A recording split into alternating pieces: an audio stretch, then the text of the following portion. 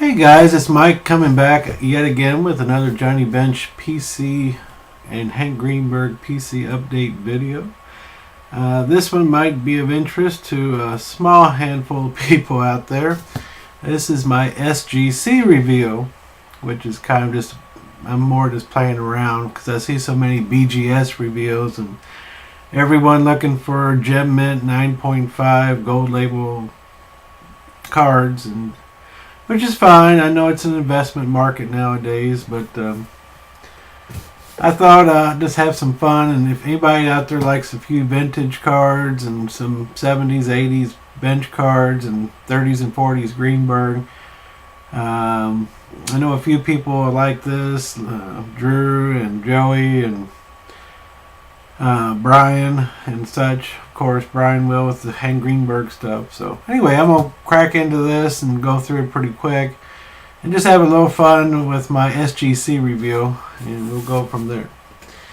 I was a little irritated with SGC because they're usually very reliable, and they recently went to a gold membership thing where to get the best deals you had to be part of this gold membership, and which I haven't decided to do yet. Brian and I have been debating it. And so if you're not a member of the Gold Club, it costs a little bit more to get your card graded, or at least you don't get the specials. And so anyway, I got the express service on this, which is supposed to be 2 weeks, and which it took them like almost 6. And even then, I had to give them a phone call to kind of hurry them along. I'm going to put this down here and get it out because there's all these packing peanuts in this thing. So anyway, after 6 weeks, when I finally called them again, they realized their error, and the card still hadn't been graded. So they did a walkthrough of all 19 cards on same day and then sent them out priority to make it up to me. And it came within a couple of days after I made the phone call. So I think that's everything. Peanuts are cool because I can reuse those. The 19 cards, one of them didn't make the grade, so I'll have to sell it and try to get another one. Anyway, I'm glad they made the effort to try to make me happy, so glad they made the effort. Anyway, we'll get going here. I didn't want to take up too much time, but I guess I should have unwrapped this before I got on. I've got three or four nice old vintage cards and a bunch of bench stuff. I don't grade benches just because I've got too damn many of them and it would cost a fortune to do so.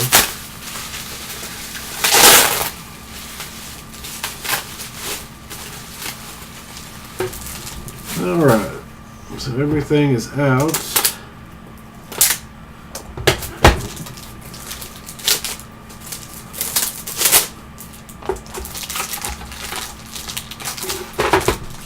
Couple of larger slabs. Wow, that looks beautiful. Okay, I'll save those for last. Put them up here. And we'll have a little fun with this. First one is the one that didn't grade. Since PSA is a lot better known than SGC, especially for more modern stuff, I was trying to get, I cross over a lot of stuff, which means you get a PSA 9 and you try to get the SGC to switch it over to an SGC 9, and they'll do it about 75% of the time. SGC, I'd say, is by far the hardest graders. PSA is pretty strict, but not like SGC, and then of course Beckett's a little farther down the line. But anyway, I had this 1973 World Series Game 1. I got it because Bench is in the picture. They lost the 1972 World Series to Oakland before winning them in 75 and 6. So that one didn't cross over, but everything else graded. Oh wow, this is out of this year's, this is Greenberg, out of this year's Flawless. It's the Emerald 2 of 5. This is the Tigers team. He was a Tiger in 47 from Greenberg, Ralph Kiner, and Billy Herman. That graded a 92, which is an 8.5. Being his name is Greenberg, I love getting green parallels. Just like Michael, this film not get rated, being a Packers fan, likes green parallels because it goes well with the team colors. Well, it's a beautiful car. So even though it's at 892 or 8.5, that doesn't bother me. I just like getting them slabbed for my registry set. And you can get on SGC and look at people's registry sets just like PSA and Beckett. But that's beautiful. A lot of these, they just started really grading thick cards about a year or so ago. So some of these real thick cards they won't grade. Wow, that's real nice. This is the other one. This is the Tigers Flawless. It's got Greenberg, Gehringer, and Goose Goslin. Number 1 out of 5. The other one was 2 out of 5. That one did get a 96 mint. So very cool.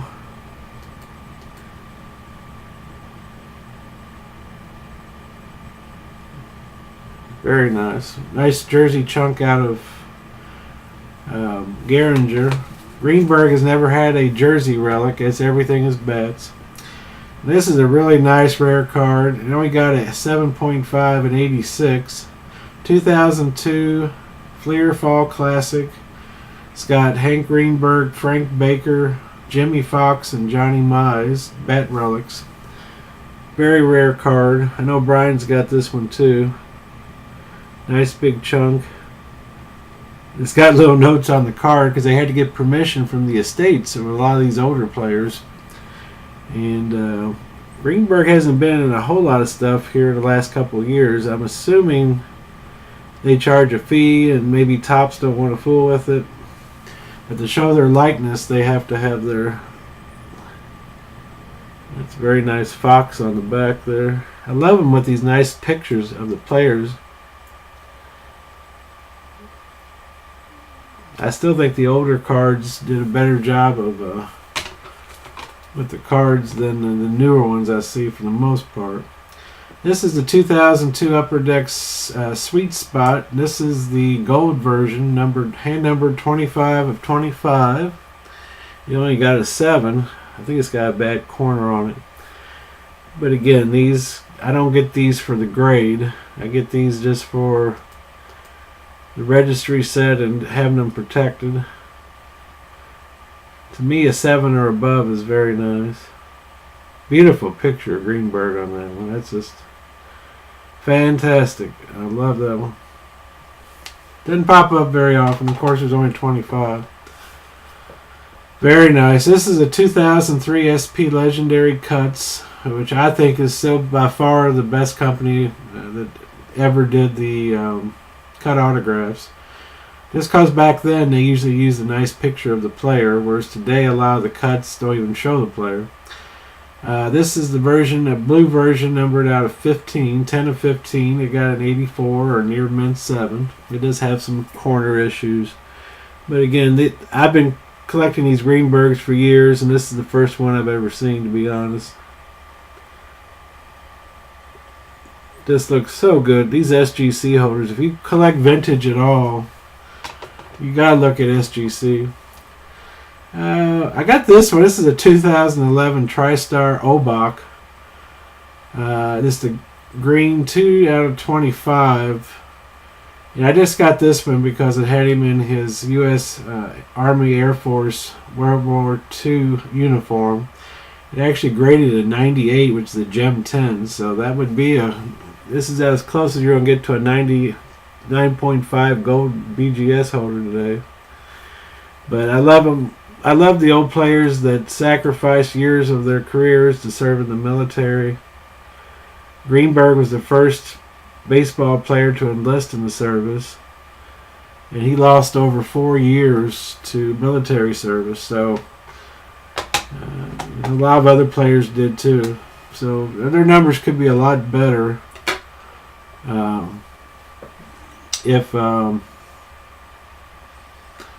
if they hadn't served. So you got to take those numbers with a little grain of salt on that.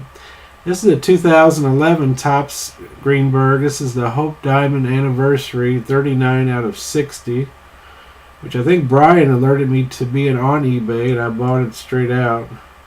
And it actually graded a 96 mint. It's beautiful. I'm sure you see a lot of they call them cognac versions, which are like a goldish brown. But the blues are much harder to find. I think Brian's got the one of one canary yellow on this card, I think. But this will do just fine for me. Just beautiful cards. Beautiful, beautiful. Let's see here. I got a few benches. Nothing crazy. I'll go through them real quick with you though. And I'll show you the last few cards, which are the real nice ones. 82 top stickers. I'm doing the Johnny Bench Master top set for his playing career. I got a mint. 82 tops Johnny Bench in action. Mint condition. That was a crossover. Both of those were crossovers. This was a crossover. The 1981 Topps Scratch Offs.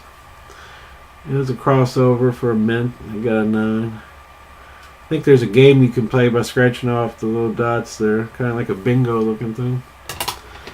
Getting to the 75 Topps Minis. If anybody likes Topps Minis, it's hard to get them in mint condition. Very hard. Centering's a horrible problem. And they have corner issues too. This one, so it's funny. Maybe about 2/3 of them, 75% will cross over. But sometimes I'll submit a PSA 9 3 or 4 times before I get one that actually they'll grade as a 9. This is a 75 Topps Mini number 210. This was the 1972 Most Valuable Players. Bench in the National League and Rich Allen in the American League. Beautiful. I love the purple and green, and it's in a black coat. That's just a sharp ass card. And another one from the 75 minis is the Reds team card, which is very hard to find in mint condition. It gave a 96, a 9 on that one. And being the completest I am, I just get it because Bench is pictured on the card. Good old Sparky Anderson is the manager there. And then I got the 73 Topps home run leaders. Dick Allen along with Johnny Bench. Bench had 40 homers in 1972. Dick Allen had 37 in the American League. So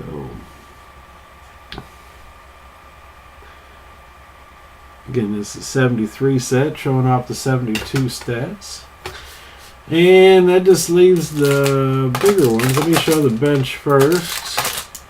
This is really cool. They actually graded it. I thought they just authenticated. This is the 1979 Topps Comics.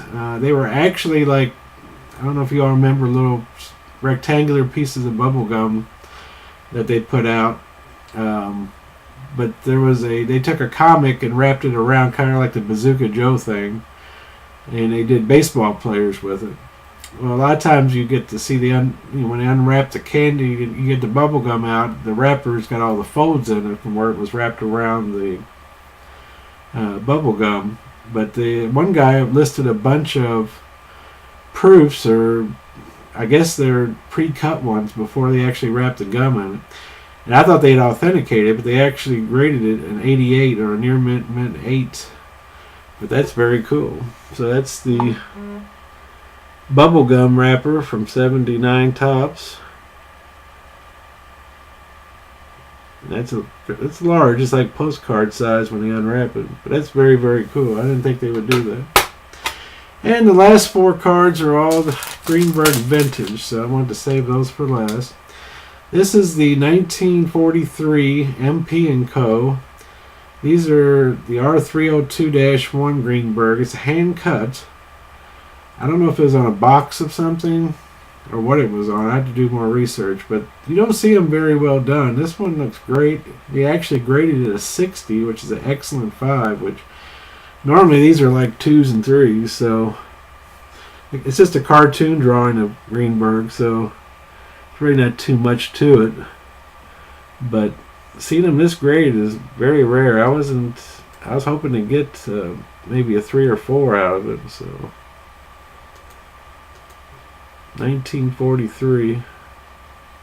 And some of them are pricey depending on who the player is. This one is really neat. This is a Cuban card. This is a 1946-47 Propaganda Montiel Greenberg, and this is a sticker, I believe, and it was issued as a Cuban card, I believe. And this one graded 35, which is a good 2+5, which for these is pretty solid. A lot of times they have tears or creases, or this one looks pretty solid to me. I thought it might get a 40. I was hoping, but they gave it a 35 instead. It's off-centered, might be it. It's almost always off-centered, but it's pretty neat. Just a really oddball thing. And probably the 2 coolest cards. This one is if you watch Brian's. By the way, if you haven't watched Brian's Hank Greenberg collection, where he did that live stream and he posted the video here on YouTube. If I can, I'll post that. You should watch it. It's 2.5 hours long. It's a feature presentation, but he goes through his Hank Greenberg collection, and I gotta say, it's the best.